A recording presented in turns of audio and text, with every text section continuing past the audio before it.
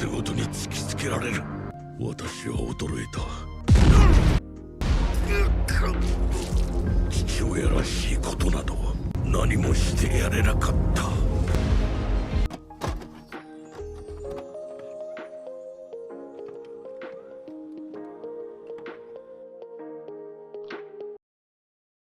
What can I say, man? This was a fantastic episode. It was so good. I had to suit up in my Isao fit just for this video. That's how good it was. I never really dress up unless it's a special occasion, and this is one of those occasions. Let's just talk about it. If you guys are not familiar, we're pretty much like halfway into Kaiju number 8 season 2, which is actually pretty crazy due to the fact that we're only getting like 11 episodes in this season. It's pretty short. It's a very short season because like I believe it's covering like volumes 5 to pretty much volumes 8, which is a pretty short season. If you guys know, then like if you guys have read the manga, then it goes very fast paced these next few chapters, so that's why like it's 11 episodes and whatnot. So I'm pretty surprised that the fight actually went into like the one we're currently on. I wasn't really expecting this fight to happen to like episode 6 at the minimum, almost halfway, but I think it's pretty cool. I really love this fight. It's probably one of my favorite fights like in the series so far. We've had a lot of amazing fights like with Hoshina versus number 10, with Kafka versus Isao, and to me this one probably takes the cake for like top 3 fights in this series. And it's pretty cool because we get to see a lot more development from the character Isao. Granted, we didn't really get to spend a lot of time with him, but it was cool, the impact, because he was pretty much there to be like, okay, I'm pretty much the strongest general, I'm pretty much the strongest soldier in the defense force. No one can really top me. I can stop number 8 until number 9 came along, and number 8 came along, until Gen came along. Then he's pretty much like, okay, I may not be the strongest now, but I can still kick some ass.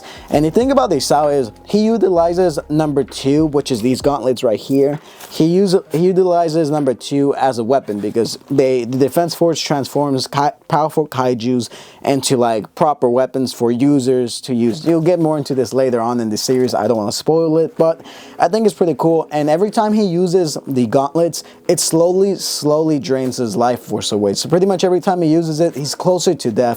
And then in this episode, it's pretty much revealed that number 9, if he wasn't able to kill and or capture at number 8, which is aka Kafka, his original plan was like, you know what, I'm just gonna go capture the general and number 2, because number 2 is a very powerful kaiju. And if you guys are not familiar, number 2 is pretty much like Godzilla, like one of the strongest like monster variants out there at the time of his capture, at the time of his defeat. So number 9's whole plan is to pretty much capture number 2 at whatever cost. That is until Isao comes into the scene. Now he wasn't really expecting Isao to put up so much as a challenge, because at the end of the day, this dude's just a human. But for a human to be this strong unaugmented, it's pretty insane for number 9. Number 9 respects him and says, you know what, you're pretty damn strong, but at the same time, you're only human. You only have so many limitations. And when I tell you Isao went all out, he literally put his life on the line. You could tell this guy was giving it his all.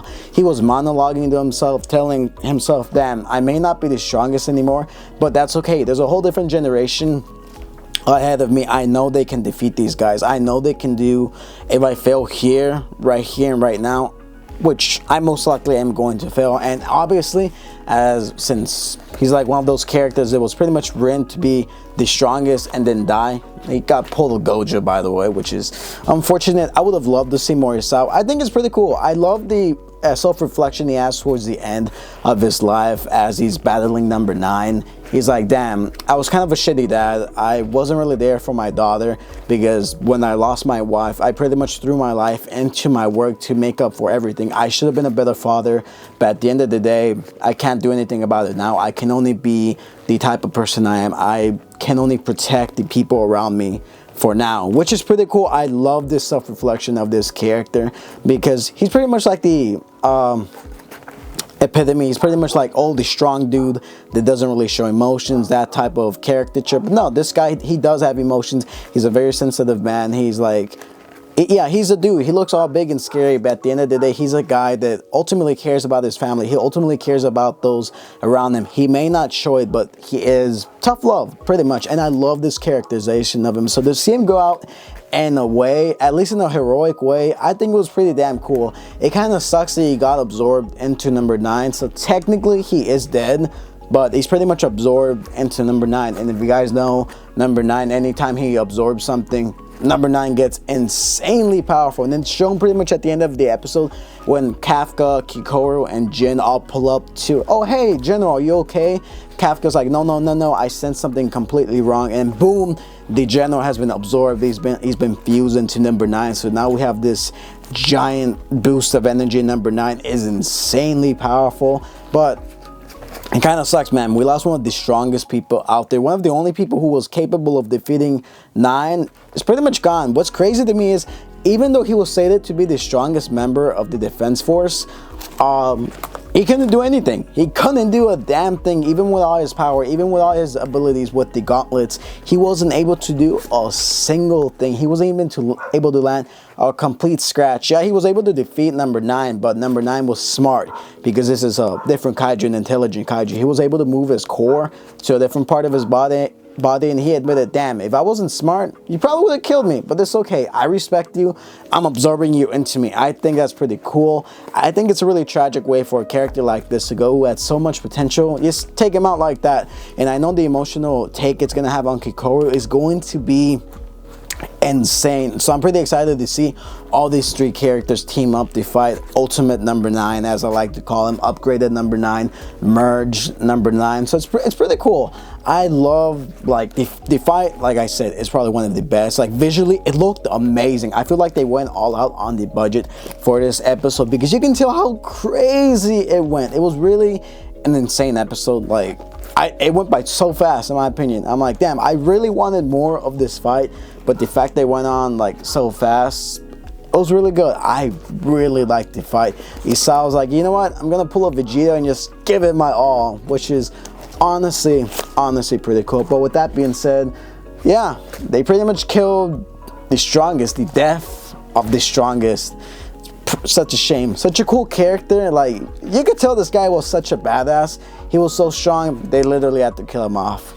That's what happens when you're too overpowered, when you're too strong.